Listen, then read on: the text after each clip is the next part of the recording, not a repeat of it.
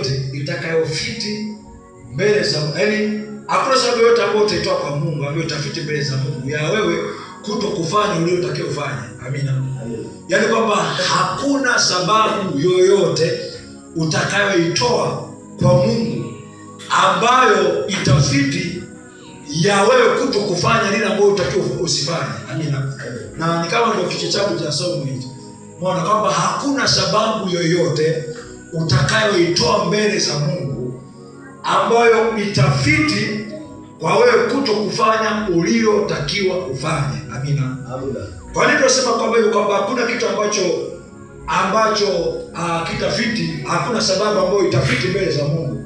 Kwa nini tunasema kwa sababu kuna watu ambao waliwahi kuwa na hali kama nilizo nazo, lakini pamoja na hayo hawakuacha kufanya kile ambacho Mungu alikuwa amewaagiza. Amina.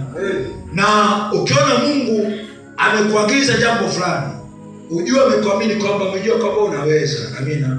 Haina maana kwamba hajamwona jirani yako. Amina. Unachojua ni kwamba tumetoka kwenye aina mbalimbali za maisha. Amina. Na kuna watu wengi ambao tulikuwa nao kwenye maisha ya dhambi ambao tulikuwa nazo, lakini ama wengine tumeacha makanisani na sisi wenyewe kwa sababu maisha yetu tulikuwa tunajuana vile tulivyokuwa. Amina. Vile tulivyokuwa, lakini ushangaa wewe ama mimi nimesogezwa huku.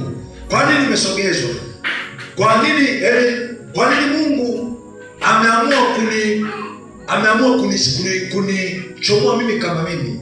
Kwa sababu kuna watu ambao nilikuwa nao. Amina. Lakini wale hawajachomoa. Kwa sababu kama ni kijana sio peke yangu. Amina. Kama ni vijana sio sisi peke yetu, ama sio sisi peke yetu. Kwa nini Mungu aliamua kunipoint mimi kama mimi? Amina. Kwa namna yote alinipoint, alijua kama naweza. Amina. Amina. Alijua kwamba mimi naweza nikaweza kufanya lile jambo ambalo nilitaka nifanye. Amina. Sasa haina maana kwamba tufanye mambo tu yale ambayo yatakayotumiza kwenye hatari.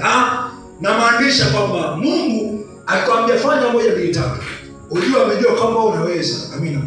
Kwa sababu hakuna hali yoyote, kwa sababu mara nyingi wanadamu tunamishauri mbalimbali kwamba kama ni kijana kwambia ngoja nioe, nikija nadhani mambo yatakuwa miaka. Lakini sio hivyo.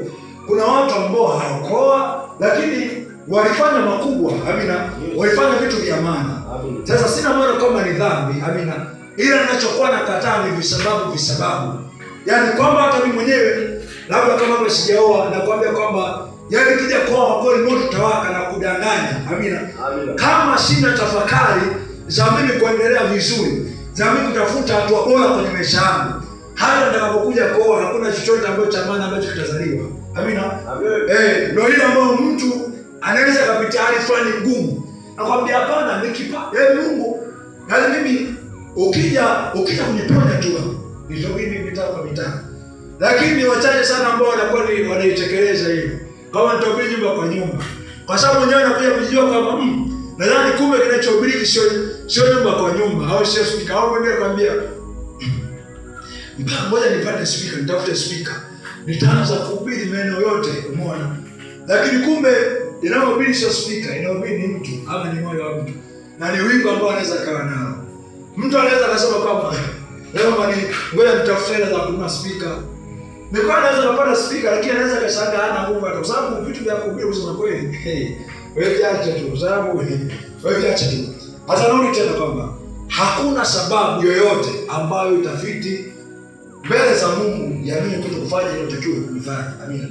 Kwa sababu tunajua ama tunajua wengi na wengi tumesoma kwenye hii Biblia kwamba watu wote tutasimama mbele za Mungu. Amina. Tunasimama mbele ya kiti cha hukumu. Amina. Ambacho kila mtu atahukumiwa sawa na matendo yake. Atahukumiwa sawa na njia zake. Kama ni njia njema ama kama ni njia mbaya. Ndio maana kwenye kitabu cha Ufunuo anasema heri wafu wafao katika Bwana, wapate kupumzika baada ya taabu zao. Na anamalizia kwa anasema wapate kupumzika baada ya taabu zao. Amina. Maana matendo yao yafuatana nao.